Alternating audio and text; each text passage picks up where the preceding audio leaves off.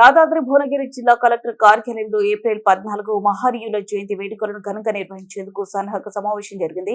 ప్రజాప్రతినిధులు, దళిత సంఘాల నాయకులు పాల్గొని కార్యక్రమాల నిర్వహణపై చర్చించారు. జయంతి రోజున అన్ని వర్గాల ప్రజలు భాగస్వామ్యం కావాలని సూచించారు. అధికారుల సమన్వయంతో విజయవంతంగా నిర్వహించాలని నిర్ణయించారు.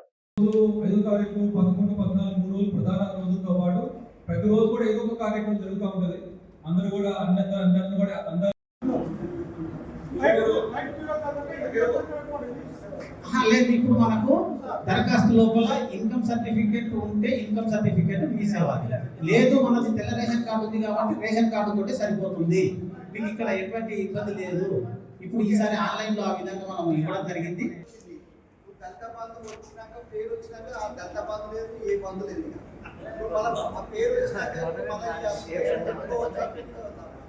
ఇప్పుడు మీరు పెట్టుకోవచ్చు.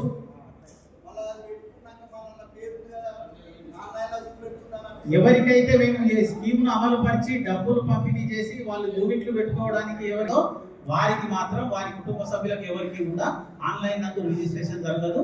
అయినా ఒకవేళ ఏదైనా పొరపాటుగా ఏదైనా జరిగి ఆన్లైన్ ప్రకారం ఉంటే అది ఖచ్చితంగా వారిని తొలగించడం జరుగుతుంది.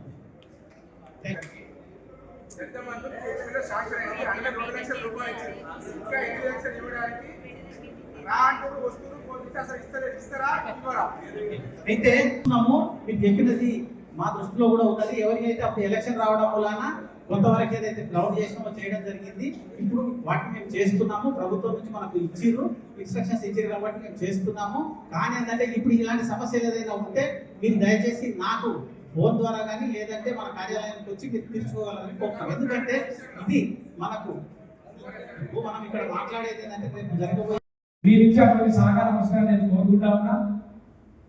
మాకు సంబంధించి భిన్నమైన అభిప్రాయాలు మేము అందరం వ్యక్తపరుస్తాం. ఎందుకంటే మీరు గమనిస్తూనే ఉన్నారు, మాకు అవకాశం దొరికేది చాలా తక్కువ.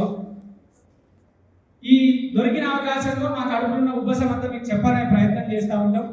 కానీ అందులో ఉన్న నిజాలన్నింటినీ కూడా మీరు దయచేసి నోట్ చేసుకొని ఏవైతే మేము ప్రతిసారి అడుగుతా ఉన్నామో, ఇంతకుముందు అంబేద్కర్ భవనం గురించి మనం మాట్లాడుకుంటే అదొక పెద్ద ప్రహసనం. అది పేరు పెద్దగా అయింది, కానీ అది పూర్తి కావడానికి ప్రభుత్వాలు మారినాయి, వ్యక్తులు మారిరు, పాలకులు మారిరు, పరిపాలకులు మారిరు, కానీ ఇంకా భవనం అక్కడే ఉంది.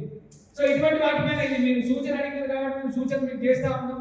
ప్రభుత్వ పరంగా మీరు ఏం చేయాలి దీని మీద తప్పనిసరిగా మీరు, ఎందుకంటే పేద పిల్లలు చదువుకోవడానికి పెద్ద ఆడిటోరియం అక్కడ నిర్మాణం చేసినాం.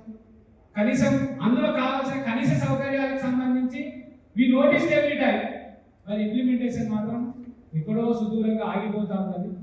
మళ్ళీ 2027 వస్తుంది, సమీక్షా సమావేశం వస్తుంది, భవనం మాత్రం ప్రారంభం అయ్యేలా ఆ పైన ఎవరైతే కూర్చొని ఈ రోజు మమ్మల్ని చాలా జాగ్రత్తగా ఆలకిస్తున్నారో మీ యొక్క చర్యలు కూడా ఆరోగ్యంగా ఉండాలని కోరుకుంటూ ఈ అవకాశం ఇచ్చిన మీ అందరికీ ప్రేమపూర్వక ధన్యవాదాలు. ఒకసారి అందరం గట్టిగా నిలదీద్దాం.